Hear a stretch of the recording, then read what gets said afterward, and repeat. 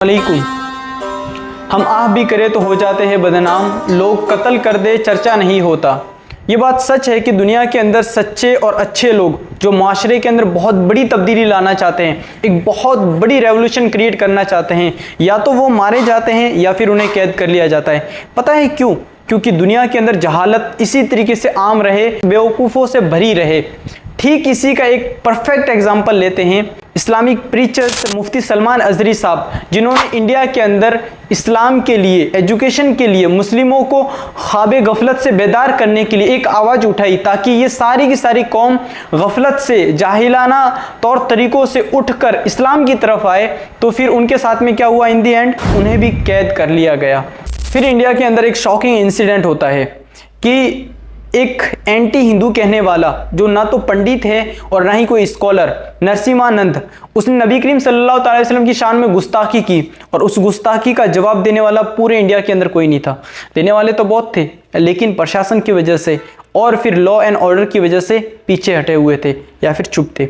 उस वक्त जो पर्सनैलिटी सामने आई वो मुफ्ती सलमान अजहरी साहब की थी, और मुफ्ती सलमान अजहरी साहब ने ओपन चैलेंज किया, अगर कि तो अपनी बात पर हक है तो फिर आओ मुबाहला करते हैं। मुबाहला क्या है? आग के अंदर विदाउट एनी सेफ्टी कूदना, यानी कि तू भी आग के अंदर कूद और मैं भी आग के अंदर कूदता हूं। जो सच्चा है वो आग से जिंदा बच जाएगा, और अगर जो सच्चा नहीं है, रिजल्ट सामने।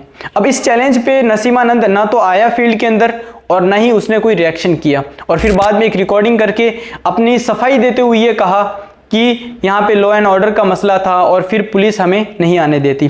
नेक्स्ट, ये सब बात होने के बाद में मुफ्ती सलमान अजहरी साहब ने एक और चैलेंज किया कि डिबेट करते हैं, मुझे अपना धर्म और दीन समझाने की ज़रूरत नहीं है, तो अपना मजहब ही सही से एक्सप्लेन कर दे। इस पर भी नरसिम्हानंद नहीं आया।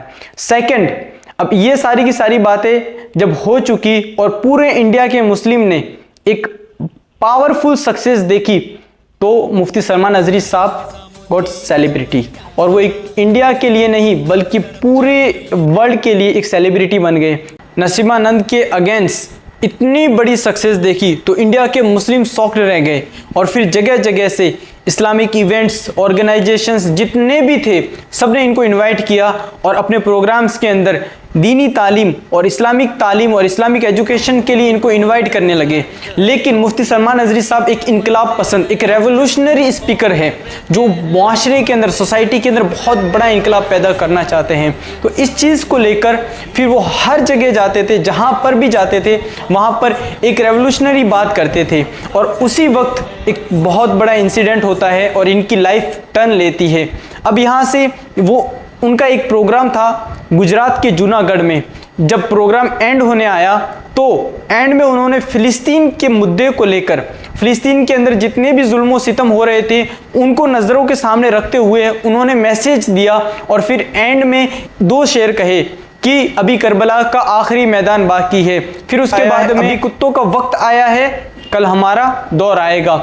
इस चीज़ को लेकर कुछ लोगों ने इसको नेगेटिवली पॉइंट किया और मुफ्ती सलमान अजहरी साहब के अगेंस्ट एक FIR दर्ज करवा दी, और हेट स्पीच को लेकर इनके खिलाफ मुकदमा दर्ज करा दिया गया।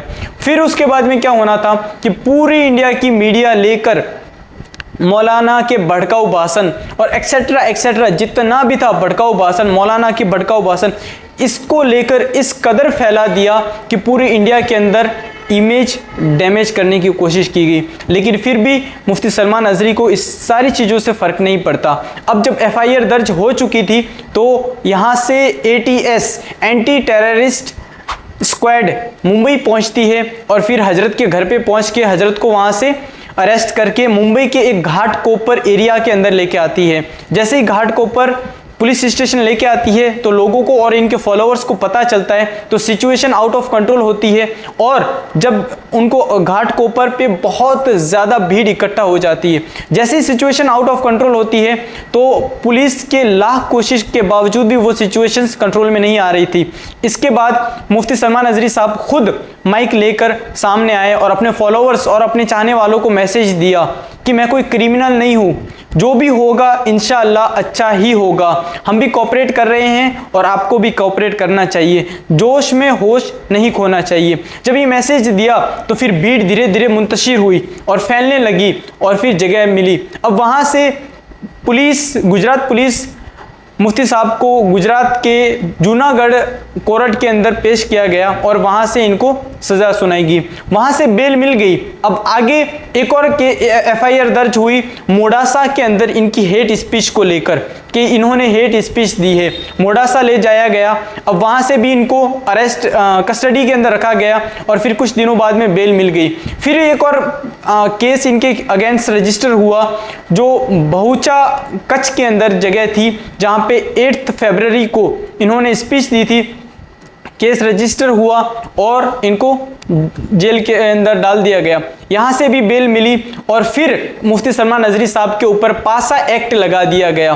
पासा एक्ट यानी कि 1 बाई 1, एक के ऊपर एक केस लगने की वजह से इनको फिर जेल के अंदर डाल दिया गया। और आज भी मुफ्ती सलमान नजरी साहब अहमदाबाद की हाई कोर्ट जेल के अंदर है। और जब कोर्ट ने फैसला सुना दिया कि बहुत जल्द ही इलेक्शन का टाइम ख़त्म होगा तो इनको रिहा कर दिया जाएगा।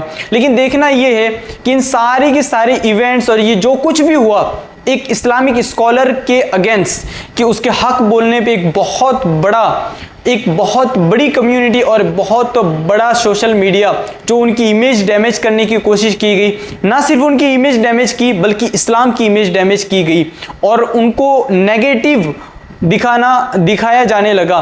इसको लेकर लोगों के क्या रिएक्शंस थे, क्या लोग उठे और उनका साथ दिया या नहीं दिया? तो ये सारी की सारी चीज़ें ये प्रूफ करती है कि हमारे अंदर गैरत और हमारी अंदर हिस्स कितना है, इंसानियत कितनी है और इस्लाम से मोहब्बत कितनी है, ये यहाँ पे पता चलता है। खैर, अल्लाह ताला से दुआ करेंगे कि मुफ्ती सलमान नजरी साहब को बाइज़्ज़त जल्द ही रिहा कर दिया जाए और इंशाअल्लाह ताला वो हम सब के सामने होंगे। अस्सलाम वालेकुम।